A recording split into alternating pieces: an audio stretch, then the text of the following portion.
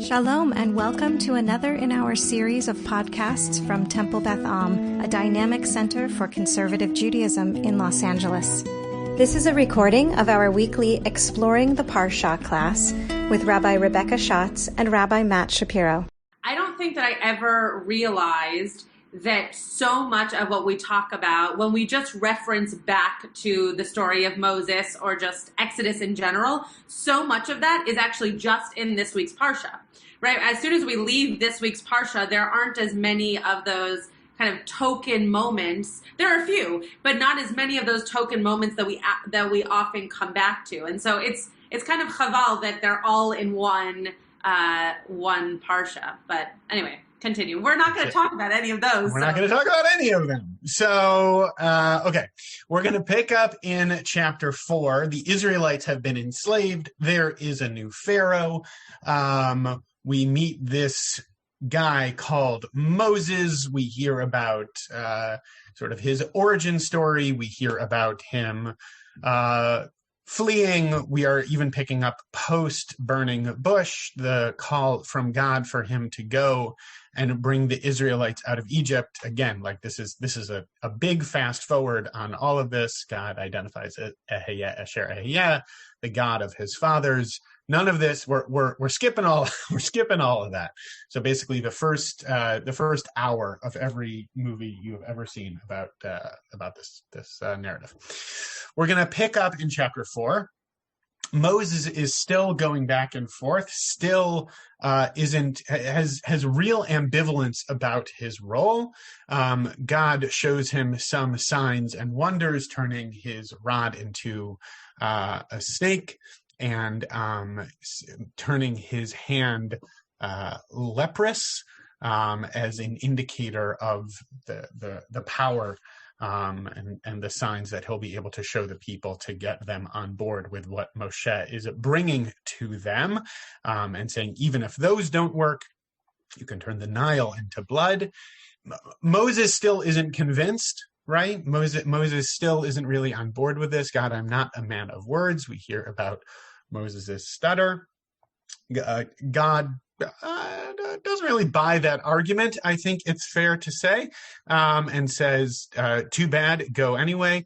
And Moshe is now just very simply says in verse 13, I really don't want to go.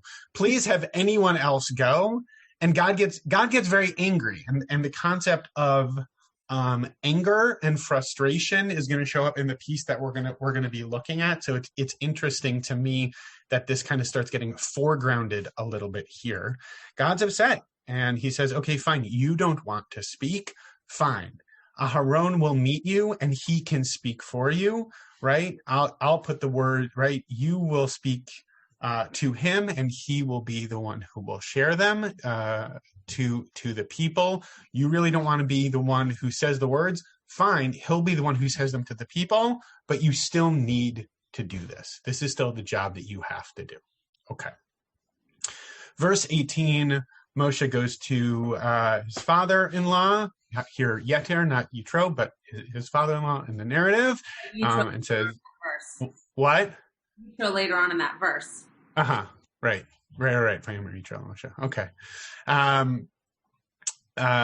Moses goes and says, I gotta go. And Yitro says, all right. I incidentally also kind of read this as Moshe hoping for like one more out, right? That like Yitro will say, sorry, no, you can't go. And then he can go to God and be like, sorry, my father-in-law won't let me go. And then still, right? It's clear that between verses 18 and 19, Moshe still hasn't gone, right? God is still saying to Moshe, you need to go, right? Even if you're afraid the folks who might have wanted to take retribution on you for killing the taskmaster, they aren't around anymore, right? You need to go. So now we're getting into what we're really going to be looking at. Moshe takes his, my battery is running low. Hold on one second. Take things that you don't need to worry about when you're just teaching a class in person for 800. Okay, there we go. Moshe takes his wife and sons, puts them on the donkey. They go down to Egypt, and he takes the staff as well. God starts laying out what's going to be happening in a little more detail. You're going to perform the signs that I've showed you, but Pharaoh will strengthen, stiffen, harden his heart, so he won't let the people go. And here we're going to be focusing not in on these verses, but they kind of not like foreshadow, but they anticipate what's coming next a little bit. You'll say to Pharaoh, Israel is God's firstborn son, and I, God, have said to you, let my son go, that he, Israel, may worship me, God, but you refuse to let him go, and I will slay your firstborn son. Pause. That is everything leading up to what we're actually going to be focusing in on. Rabbi Schatz, anything you want to add? That was a little more in depth than we usually do on the background, but like there's a lot of narrative to catch up on to get us where we're going. Anything you want to add before we focus? I think that we'll probably need to go back to those two verses, with context. But no, not for now. Okay, great. Now here's the weird part. Verse 20. So we're going to be focusing in, if you're following along, we're going to be focusing on chapter 4, verses 24, 25, 26. Vayehi v'derech b'malam. And he was on the way in an encampment, right? A place of lodging. And God met him. God encountered him and sought to kill him. Vatikach tzipora tsor, vatichrot et orlat bena. And Tzipora took a flint, took a sharp stone, and cut off her son's foreskin. Vataga leraglav, and she touched his legs with it. Vatomer ki chatan damim atali, and she said, for you are indeed a chatan damim, a bridegroom of blood, whatever that might mean, to me. Vayeref mimenu, and he left him alone. Az amra chatan damim la mulot. And she added a bridegroom of blood because of the circumcision. Just as a quick show of hands, how many folks have looked at these verses before? Alan, Jay a little bit. Oh, Nancy's got a big smile on her face. Okay, Denise as well. Great. So there's a big smile on her face and a big shake of the head from Nancy. Denise as well. Okay, so folks have looked at these verses a little bit before. Great, Rabbi Schatz. Do you want to go right into? Yeah, let's go into Shapiro before you say more about them. Can I say one thing? I won't say anything. I just want people to be able to ask questions before you say anything. Okay, can you stop sharing your screen so that? Oh no, we want people to be able to see them. Sorry, we haven't done this in a long time. Okay, So we are going to focus, most of you have been with us before, but a few of you haven't for a while. So what we're going to do is focus in on these three verses specifically. And you are going to ask questions. You can make comments too, but mostly questions about just these three verses. No other verses, just these three verses. And questions can be about specific words, what is happening, conjugations of words, if you can read the Hebrew, that specifically, whatever you would like, raise your hand. I can see most of you, and we will take as many questions as you have. And we'll sort of harvest those questions, and then we'll dive into some answers after we've gotten a nice bumper crop of questions. And Rabbi Schatz is going to answer all of them. Okay, Alan. Oh, wait, unmute first, though. Okay. There you go. What is the relationship between being a bridegroom in the marriage and circumcision in terms and the emphasis on blood? Great question. Fantastic. Yeah, Jay. Who is him? Yes. Great. My question as well. Who is him? We don't know who him is. And it's all very, it's very unspecific, because also we use usually male form of conjugations for God. But if we don't read the English translation, we don't know if the he is Moses, if the he is another kid, if the he is God. We have no idea. Renee. So was the circumcision and the blood, was that what protected him from being killed by Hashem? I kind of was thinking of even like the blood that got put on the doorposts. Great. And how that prevented the Jews from being killed, like that kind of thing. Great. Beautiful. So how is the blood, similar to kind of the last piece of Alan's question, right? What is the blood connected to? What's the significance here of the blood? And is it the thing that keeps him alive if the him is Moses, right? Back to Jay's question of who's the him. Yeah, Denise, did you have a question? Why would God want to kill Moses when he's finally doing what he asked him to do? Right, exactly. Yeah, I finally got you on the road, dude. Why now would I turn back and decide to kill you? So maybe the him is not Moses, and maybe the him is another him. Yeah, Barbara. I agree about the him that Jay mentioned and you mentioned in the first sentence, but in the third sentence, who's the him there? Yeah. He is God, right?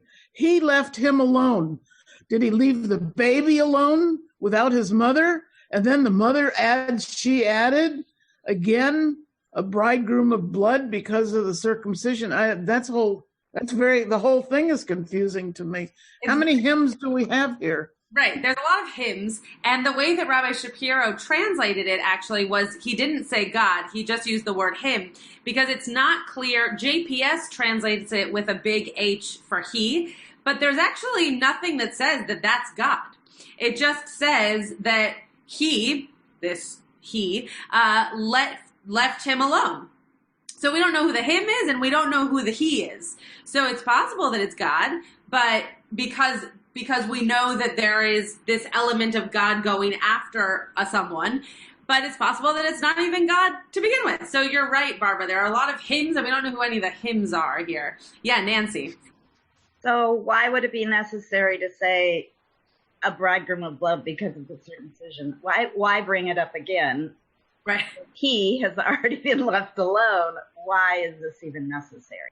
Right. And was there other kinds of blood that we needed to now say, no, that blood was because of the blood of circumcision, right? Like how much bridegroom blood could have been happening between verse 25 and 26, right? Why do we have to repeat it? And as we've talked about many times in this class, the Torah is not redundant just to be redundant. So there must have been a reason for this to be written there. And why would that have been? Bonnie, I think you had your hand up. Yeah. So what was Zipporah's role in this? Why was she doing it? And did someone tell her to, or was this something that was done? Right. Yeah. Why?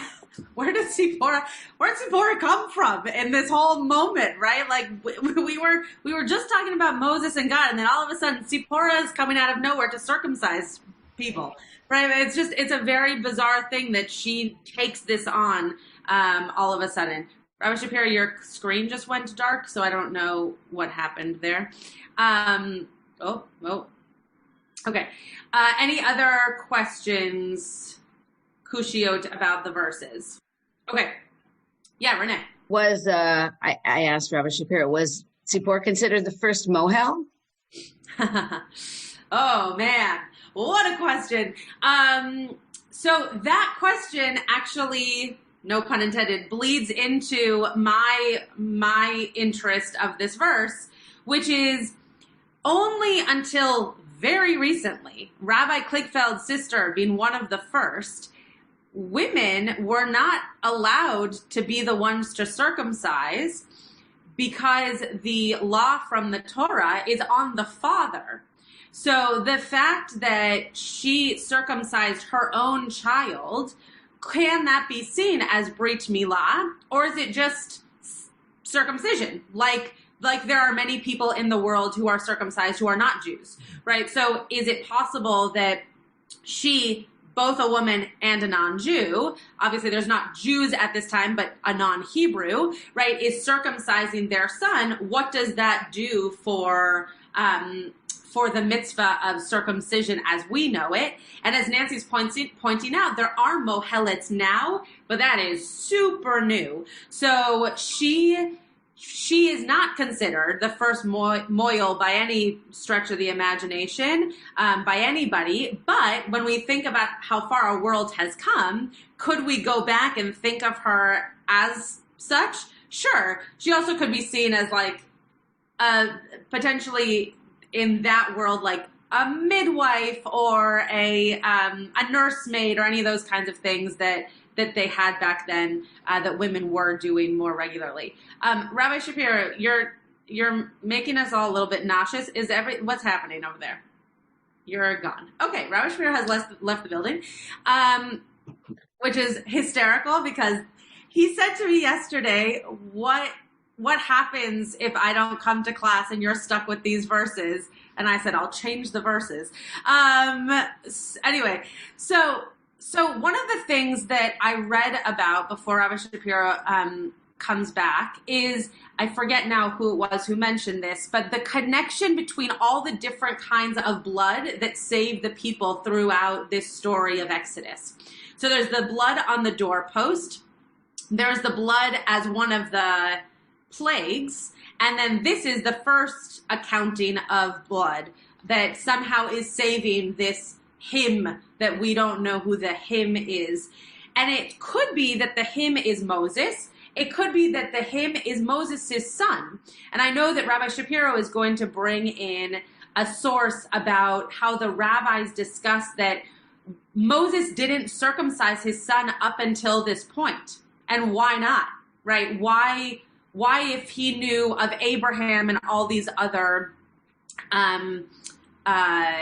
ancestors who circumcised their sons, and knowing that was now part of the commitment to the, I don't want to say religion, but to the people, how come this was something that he didn't do at 8 days, right? This was much further along in this child's life than 8 days.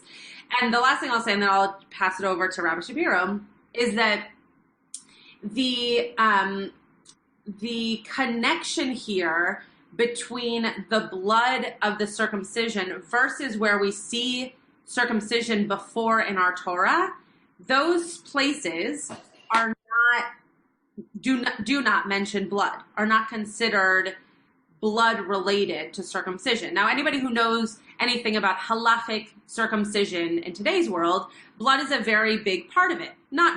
Doesn't have to be a bloody mess, but there needs to be some amount of blood for the circumcision to be part of that covenant, part of that brit. So the fact that when Abraham circumcises his child and they don't mention blood in the Torah, it's very interesting that now that we are talking about a different kind of circumcision, again, not done by the father and done by a non-Hebrew, we do mention blood, and that's kind of the main focus. So we could write a lot of drashot about why that is and what that does for how we think about circumcision today. But interesting that it's the first time that blood is connected to circumcision. Rabbi Shapiro, I mentioned to all of them that you told me that you might, if you didn't make it, what would I do? And that I would change the verses. So you're back. So we haven't changed the verse. We're still on it. But feel free to now share your pieces because I shared them while you were reconfiguring. My computer exploded a little bit, so I got kind of distracted. Again, 2021 off to a fantastic start. I'm trying to get my computer up and running. I'm currently on my phone, which is suboptimal for looking at stuff. I guess one of the things that's like I'll zoom way out for a second. I was talking about this with Rabbi Schatz. I find it so fascinating in terms of the story itself and how it's clearly like a fragment, right? It's not a whole story, and we see that, I think, in terms of the ample antecedents without a clear proper noun, right? The he and the him, and the he did what to who.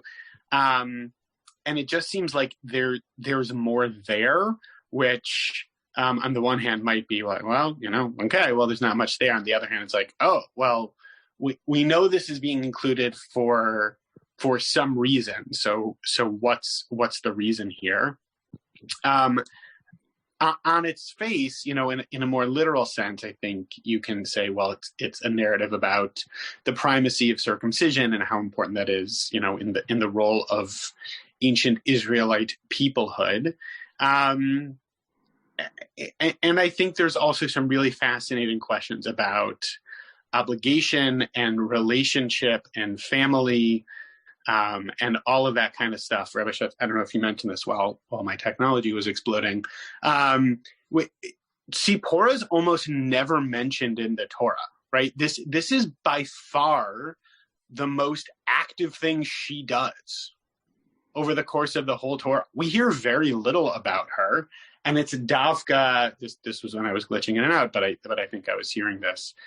This is Davka, a role that is traditionally specifically for not her, right? That whichever son it is, and we don't even know if it's Gershom or Eliezer, right? We don't even know which son it is, but whichever one it is, it's supposed to be for Moshe to do it, and not Tzipporah. And I think that's really interesting. And also, Rabbi Schatz, have you talked about the snake eating? No. You seem to really like that part. Do you want to talk about the snake consuming the child and all of that good stuff? No. You really there's a question of how did Tzipporah even know what to do? Right? She's not an Israelite. How did this sort of, and even if she was an Israelite, right? Like, I am Jewish and I don't know how to do a circumcision, right? Like, it doesn't. No, but I'm saying even one step beyond that, right? Like not even to do the circumcision, but how did she know that the circumcision was the issue? Got it. Okay. Right? How like all of a sudden it seems like they're being attacked, and like, wait, what's happening? And what do we do here?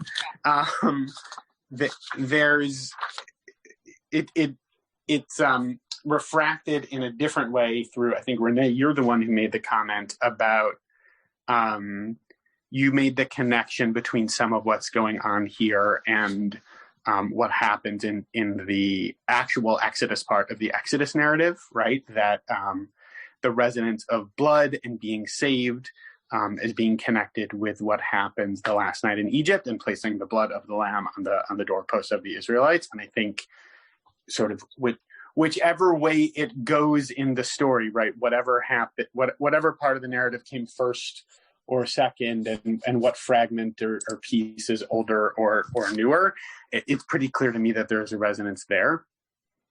There's also this fascinating midrash that talks about. I'm scrambling around my papers a little bit because I got all kerfuffle. Here we go. Okay.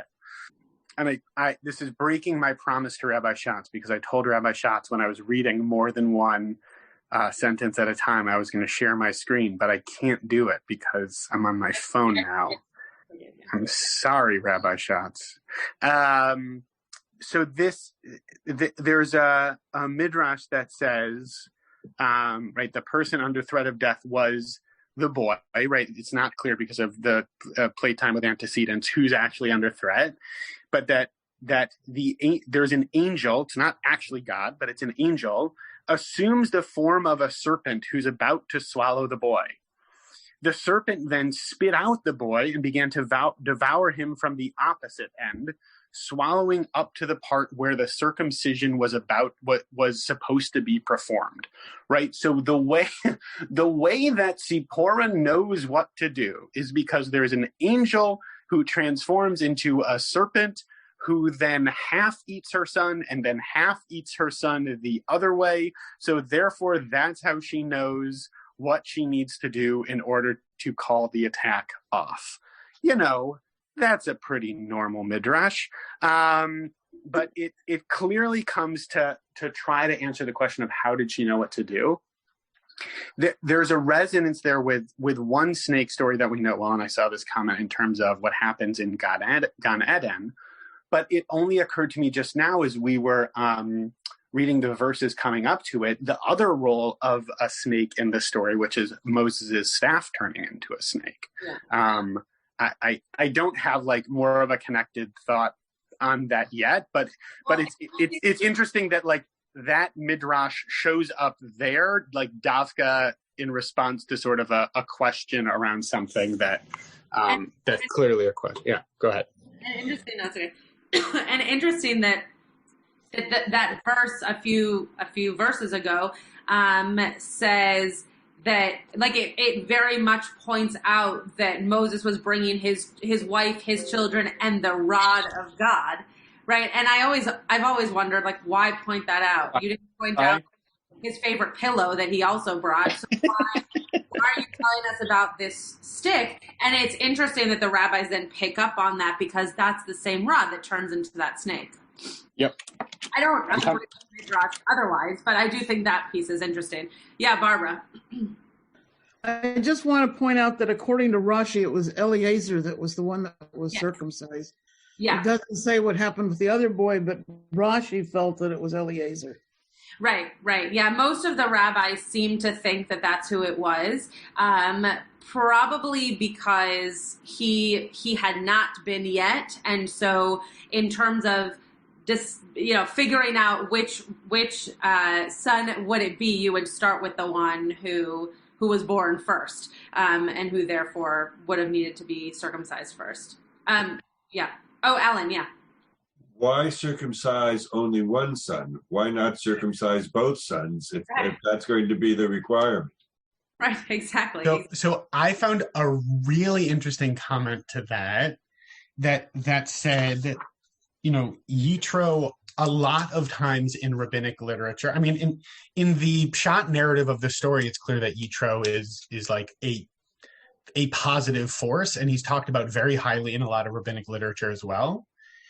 There's a piece that I found in prepping for today, and I'd never seen this before, that said that Yitro basically made a deal with Moshe, saying that when Moses said to Yitro, "Give me your daughter Tzipporah as wife," Yitro answered, "If you do what I ask of you, I will give her to you as wife." Moses said, "What do you ask?" Yitro said, "Your first son must serve idolatry. All others will be for God." So, Alan, that right, that's to your question about why not both. What's the source of that midrash? That's out of the Mechilta. So it's definitely counter to like the flavor of how we usually see Yitro present in our texts.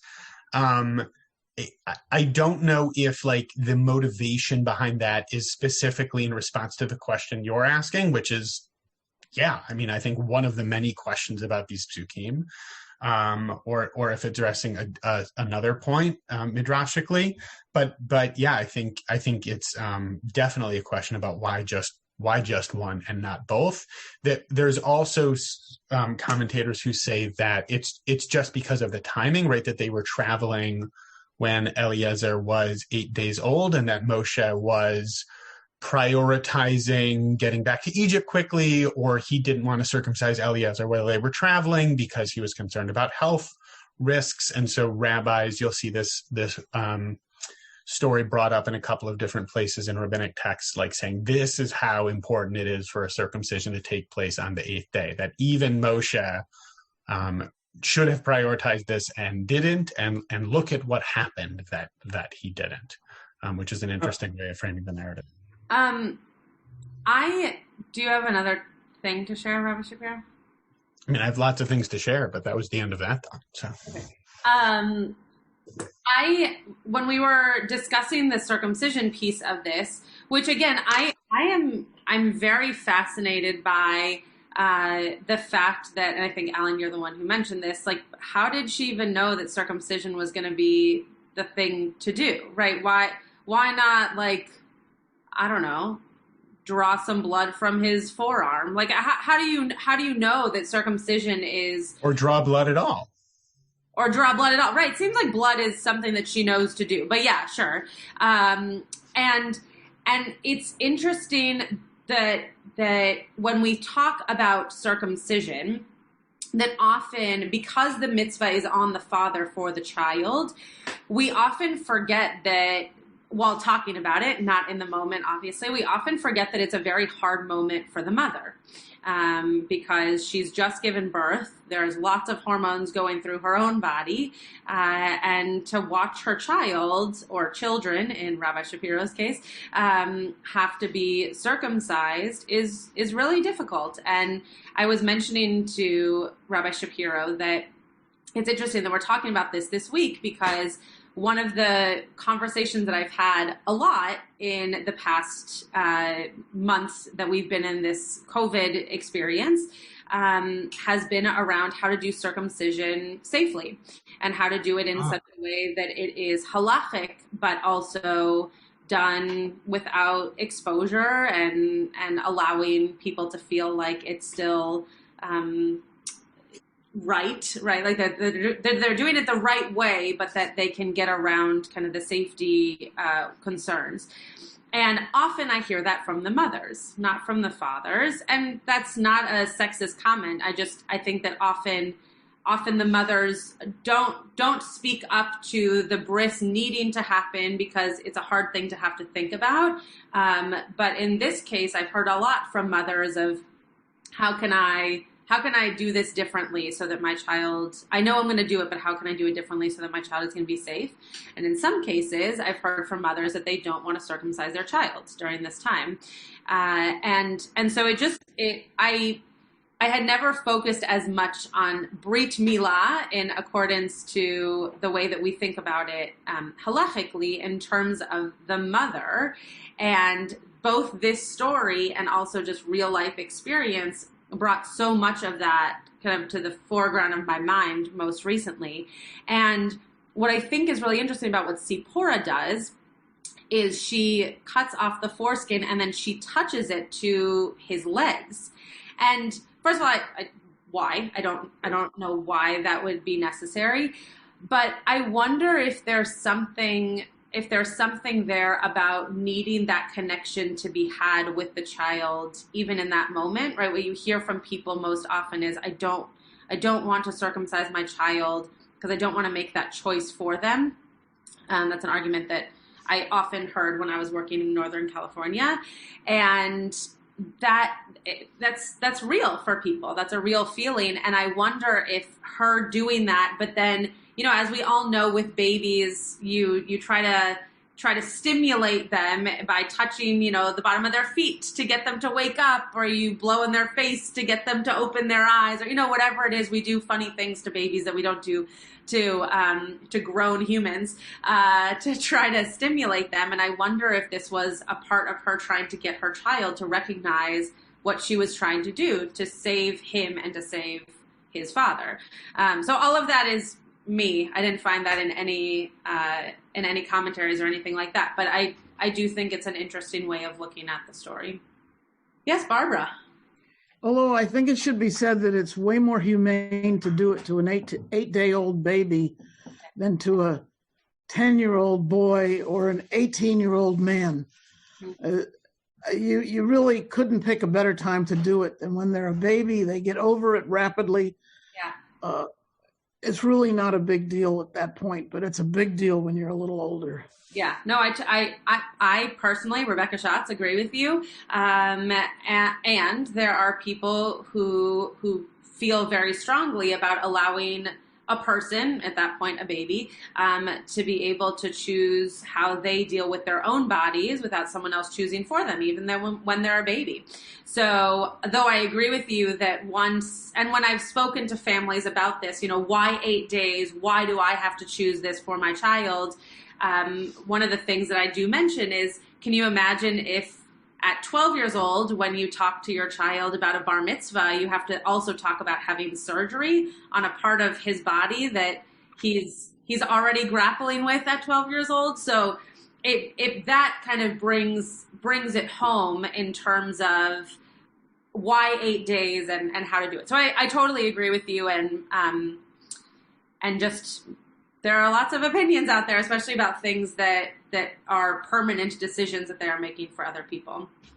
I think as someone who's been it thrice as a parent, that's a fun word.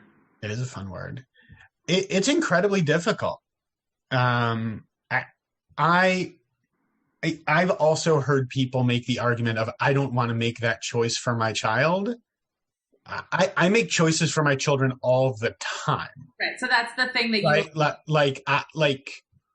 they don't choose where we live. They don't choose where we go to school. They don't choose what we're having for dinner. Right. Right. They also don't choose if they have a cough, what medicine you give them. Right. And that's the one that I usually share, because people decide, medical. When Jonah needed to have his adenoids removed and he was 6 years old, we didn't say, Jonah, you're never going to have your adenoids again.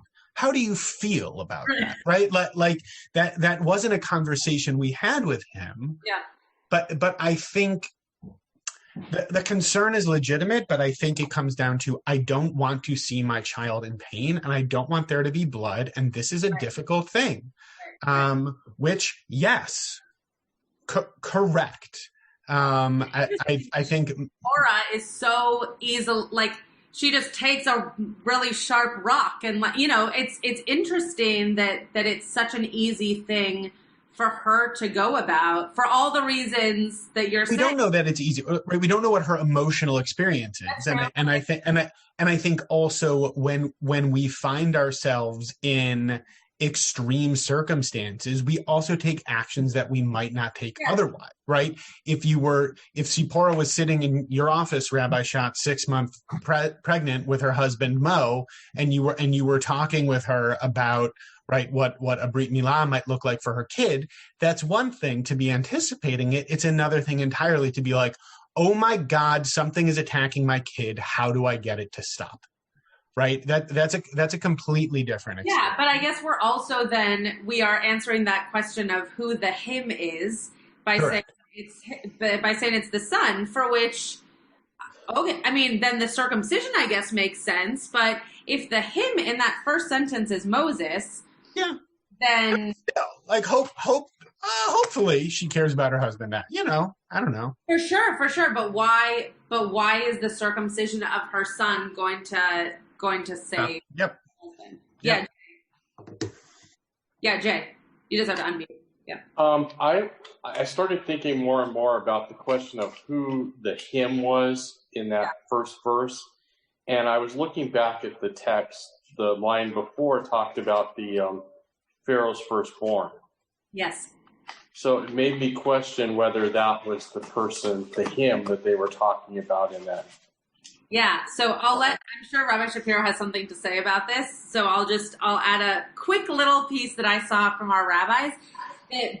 Based on that verse that you read, is how they get to thinking that the him might not be Pharaoh's son, but might be Moses' son, which is why that circumcision happens. So interesting that it could have been Pharaoh's son, or it could have been that because we know that the firstborn of Egyptians, including Pharaoh's son, are going to be destroyed, that connection then is made between Moses and Zipporah deciding we need to save our own firstborn and make sure that he's circumcised for the reasons that we see are going to happen to the Egyptian firstborns. Yeah. There's a lot of comments made by the rabbis. It's always a fascinating thing when the rabbis go about the business of like, oh yeah, this is the order the verses are in the Torah, but that's not the order that they really happened in, right? Like that's always a good tell that there's like something funky happening. And they do that a lot with these verses, right? They're like, oh, well, it should have been closer to verse 20. And then, right. But Jay, I think it's an astute comment, because a phrase about killing a firstborn son heading right into this narrative doesn't seem to be an accident. Yeah. Right. That seems literarily to make a lot of sense. And particularly if you think about the chapter writ large, right, which is, as Moshe continues to be reluctant and reluctant and reluctant, and God showing Moshe time and again, this is the power that I have, and this is what you need to do. I don't think that's an accident here, right? That Moshe has been resistant and resistant. And God says, I'm going to kill Pharaoh's firstborn son. And then the next verse is about an attack happening to Moshe's son. Like, you can interpolate that pretty easily in terms of understanding, like, God is showing Moshe that, like, yes, I have this level of power, right? This is the amount of power that I have. And that's not a theology that I like. That's not a theology that I'm comfortable with. But I don't think, I mean, another narrative that this has resonance with, I think, is the Akedah. Yeah. Right? Like you can very easily sort of connect some narrative thread in terms of Avraham and Moshe and what's being asked of them and what's happening to them, and how all that plays out here.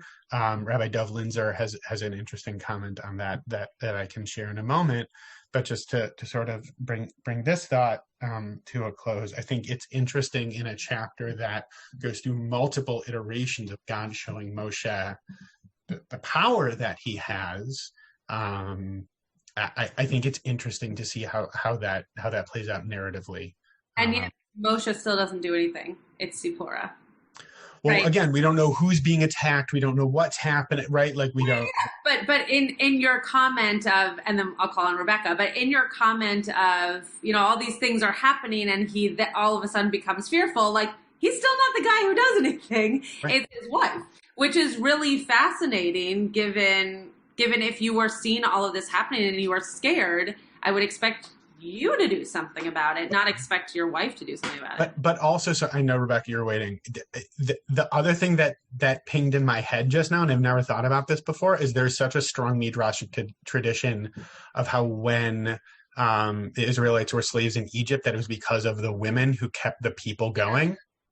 Right? That husbands didn't want to be in a situation where they'd be putting their kids in slavery, and it was the women who made sure that procreation would continue and there would continue to be people. And that's also a really interesting thread to connect into this story as well, in terms of that thematic resonance, going back the other way with a Midianite woman who's performing a circumcision to ensure that family continues to be able to sustain those families who only continue because of the women. Right. Yeah, Rebecca. Other Rebecca, not Schatz Rebecca. I would have called on myself. I don't know. It's a new year. We're trying new things. I wanted to mention two things. First of all, with regard to the circumcision and the mom and the dad, from my experience, my husband found it much more difficult, the apprehension before. And I think it is related to the biology of that. It's not. So it could be that it is easier for a mom to do it, just for that reason. Yeah. The other thing is, and I hope I didn't, while I was looking this up, I hope it wasn't mentioned already, but I think it's also interesting that there's the blood and the firstborn. And then when the Israelites leave Egypt, they're supposed to put blood, not of their firstborn, but of a lamb or on the door, so that their firstborn is saved. So there's another link there to the blood and the firstborn. Yeah, there's something about blood as protection in this story, but also blood as destruction by way of protection, right? If you think of the plagues as being a way for the Israelites to get closer and closer and closer to freedom, the idea of the water turning to blood, or even the killing of the firstborn, which we don't hear blood in association with, but we could imagine. I meant that they had to take blood and put it on their door frame that their skip. No, I know. I was getting there, but that all of these pieces, right, are all about blood, and they're all about that protection, which you pointed out is the end result is that you put blood on your doorpost to actually say, this is a home that you don't have to that you don't have to come to and shed blood, right? That the blood becomes the protection for the people inside it. And we should attach the piece that Dov Linzer wrote, because he connects the death of the firstborn, the Akedah, this scene that we're in right now, and So can I just share this excerpt?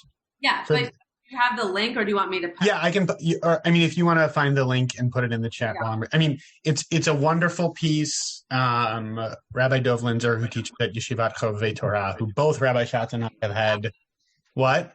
Rosh Yeshiva. Oh, excuse me. Who both Rabbi Schatz and I have had the pleasure of learning from. Just a brilliant scholar and a wonderful teacher.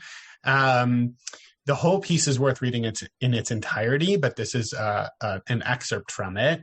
Akedah is an extreme circumcision. Circumcision is a symbolic or reenacted Akedah. The letting of blood, the cutting of one's child, and I'm bracketing the critically important question of why it is sons and not daughters, is the act of bringing one's son into the covenant with God. It is how we symbolically sacrifice our children, how we give what is most precious to us to God. And I think that to me is a really interesting phrase that pings for me when we think about this narrative. It is thus how we give ourselves to God, and it is how we give our children to God. We do not destroy life in the service of God. Our sacrifice, the cutting and spilling of the blood of the circumcision, is the dedicating of a life to the service of God. Right? That when we think about what is most precious to us and where that ultimately comes from, right? Like it is not. I am not in control of life and death. None of us are.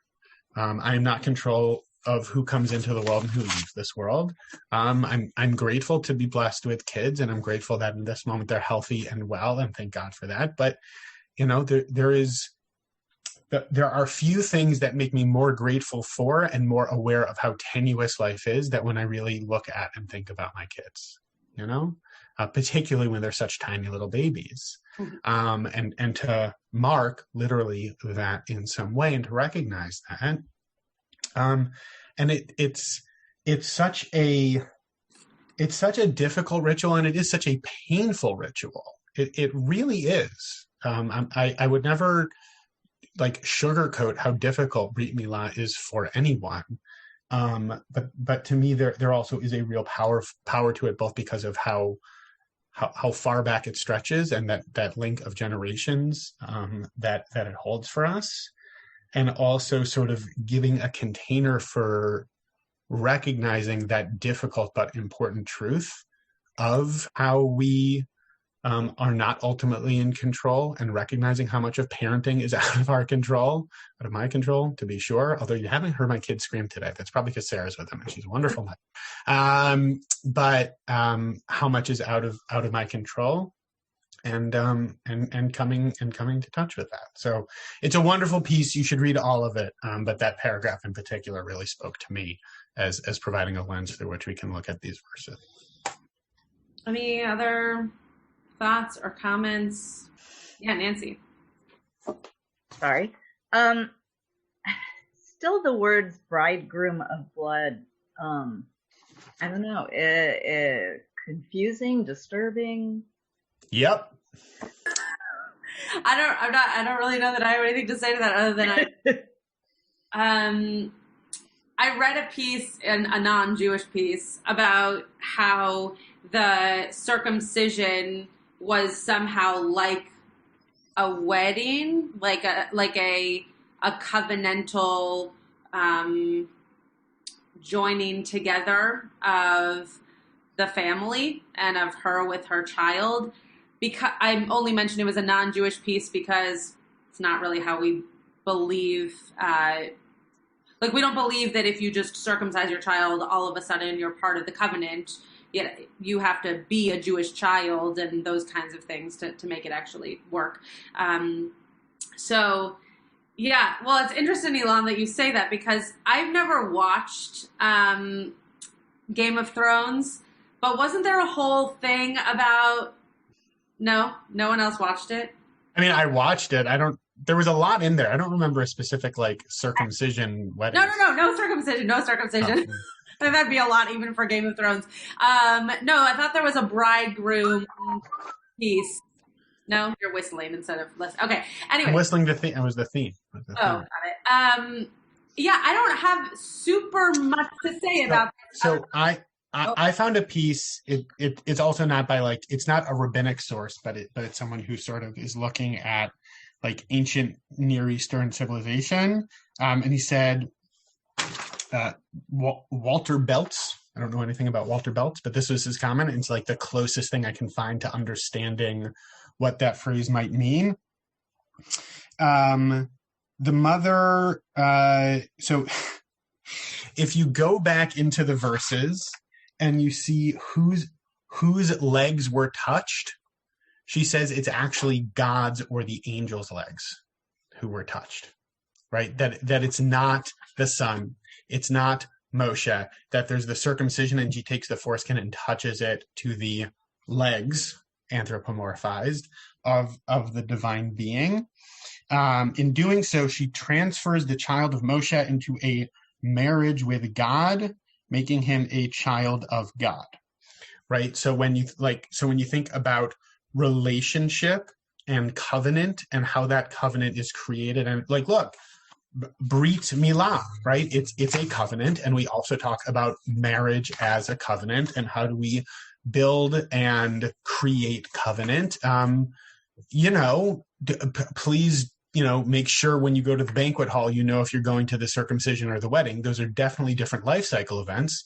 But when you think about ways in which we as Jews think about and create and mark covenant, those are like really two of the primary ones. And what's happening in that moment to sort of enact that type of covenant happening.